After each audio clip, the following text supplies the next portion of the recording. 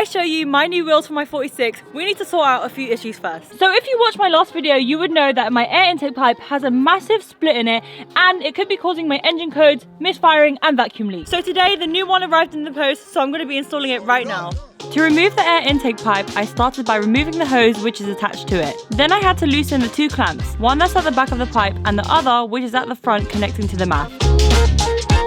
I was struggling to connect the back of the pipe properly, so to give me more room, I removed the air box, which is only held on with two bolts anyway. Now finally I was able to connect the back of the pipe properly and tighten down the clamp. Then I put the air box back, and while doing this, the front of the pipe just went into place itself and I could tighten it all up again. Alright, so I've just finished installing the new air intake pipe. I'm gonna start my car. Hopefully it starts. Let's go check it out. Okay. Okay. It sounds pretty good. Doesn't sound like any misfire. What do you think? Perfect, it sounds smooth and running.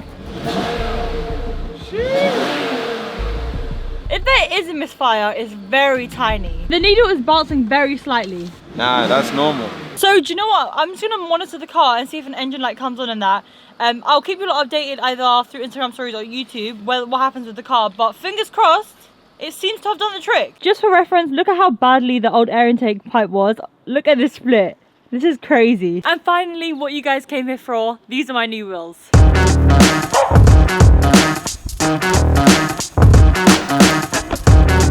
So I know these wheels are nothing crazy, but these 16s that are on my car, absolutely horrendous, and you guys have been constantly telling me change these wheels. So this is why I bought these M Sport wheels. I picked them up for a very, very cheap price with tires included as well, and they are 18s, which is what I needed. So I will eventually be upgrading these wheels as well, but I do still plan on doing an M Sport conversion. We'll also be doing coilovers and other bits and bobs.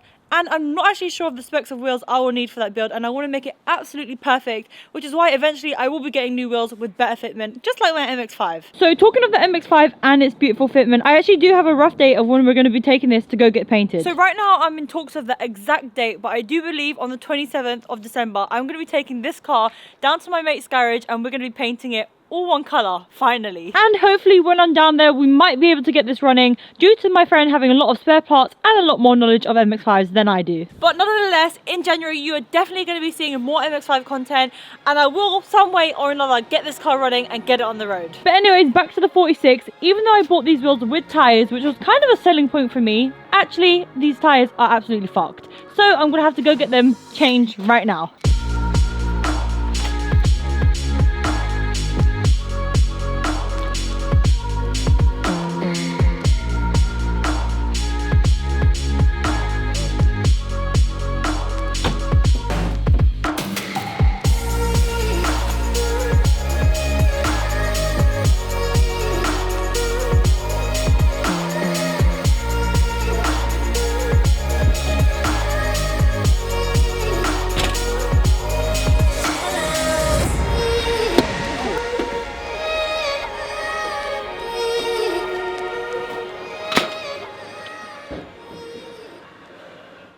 Okay, so you may notice I am in a change of scenery. I'm not outside by my car and instead I'm in the office. That's because in the first half of that day of filming, the audio messed up on my videos. It's super, super annoying. I filmed some really good clips for you guys, but the audio is gone. But don't worry, I will actually walk you through some of the steps here, and then later on in that day, you get the normal audio back. So firstly, you may have already noticed that my new wheels are actually already on the car and you have not seen me mount it. That's basically because in my previous video, which was the Xmas special video, I basically wanted to put my wheels on already because my whole car was wrapped in wrapping paper and the only thing showing was my wheels, and I really didn't want to keep my stock 16 wheels because they were so ugly, so I changed it to my new ones. But today's plan, I needed to change the brake disc and the brake pads, so let's go get to it.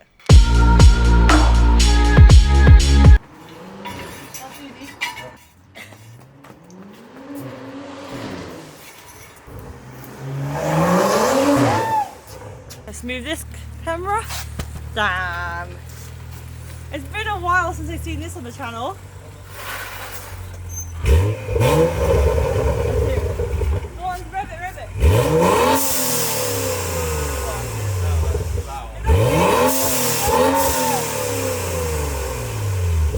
Then Osama actually arrived to my house. It honestly felt like it was Fast and Furious in my driveway. I was working on my car with Robert, Osama was working on his car, and later on even OJ came as well. So now the car is jacked up, I start by removing the wheels.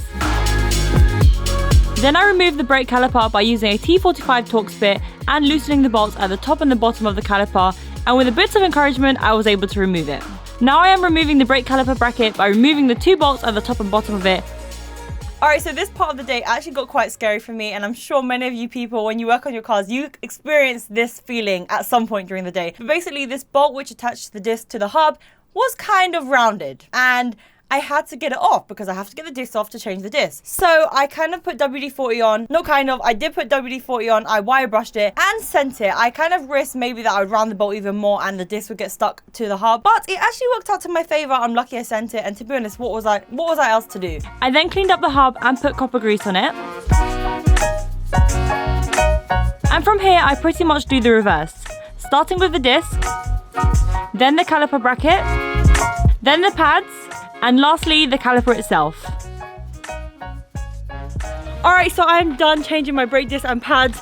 The wheels are back on. Well, actually, the wheel is back on because Robert over here is not finished. Hey, I'm in an awkward position. So technically, we finished before you. Well, not technically, you did. And by we, I'm talking about Osama, because Osama did help me change the brakes. I'm not gonna lie, I actually still find brakes really annoying to do. They're like the worst thing to do on a car, in my opinion. Sorry, shit, I just kicked your hand. Are you right? That's OJ under the car. I just literally kicked his hand. You didn't kick it, you stepped. I think OJ's just like rethinking his life choices. Yeah. This is feeling a bit like Fast and Furious though, isn't it, OJ? Well, you gotta proceed to kick me again, fam. Look how short Osama is. He's literally standing on my brake disc. Bro, look how high the car is. Why didn't you lower it like my MX-5? What? OJ's down there. You know, give me this car and then you can have the MX-5. Why would I have the MX-5? Because you're so short. Anyways, let's take a look at the old brake pads and brake discs. This is the old brake disc. To be honest, they're not even that bad. They're like 25% there. There's still a bit of life of them. But I wanted to change them anyway since I've done the whole service. Plus, it kind of feels like my car now, and I know that is safe. So as you can tell, it is dark still. However, we got to do the rear. Look at my hands. Look at my hands. Look at your hands. But yeah, we're going to go do the rear quickly since, yeah, we're here anyway. So let's go do that now. So to do the rear, it's the same as doing the front. But one tip I would give you, and something that I actually forgot to do at the front, is to spread the caliper apart before removing it. I did it using the biggest screwdriver I could find, and it just makes putting the new brake pads in so much easier. Alright, so finally the brakes are done. All 4 wheels are back on the car. What did you two do today? Oh, I did my O2 sensor. I burned my O2 sensor. That's and what did you do? Well, I helped him change his O2 sensor. And your drop link? Yeah. Don't forget about your drop link. And my drop link. Can't lie, when I saw the size of OJ's drop link from the BMW, I thought about my MX-5's drop link, and the size difference is crazy. The MX-5 is like, yeah, but I was just like, damn, MX-5 is like that. BMW is a real driver's man's car, isn't it? Huh? What'd you say? BMW is a man's car, that's why. Everything is big, that's why. I think these two are heading back now. Yep. OJ, Osama, nice to see you.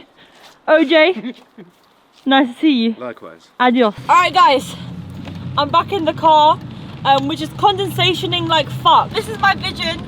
I don't recommend it, it's not so safe, but my heating is not working. I'm gonna think about that a different day, because right now, as you can see, my face is fucked. I'm absolutely soaked. It's pissing down with rain.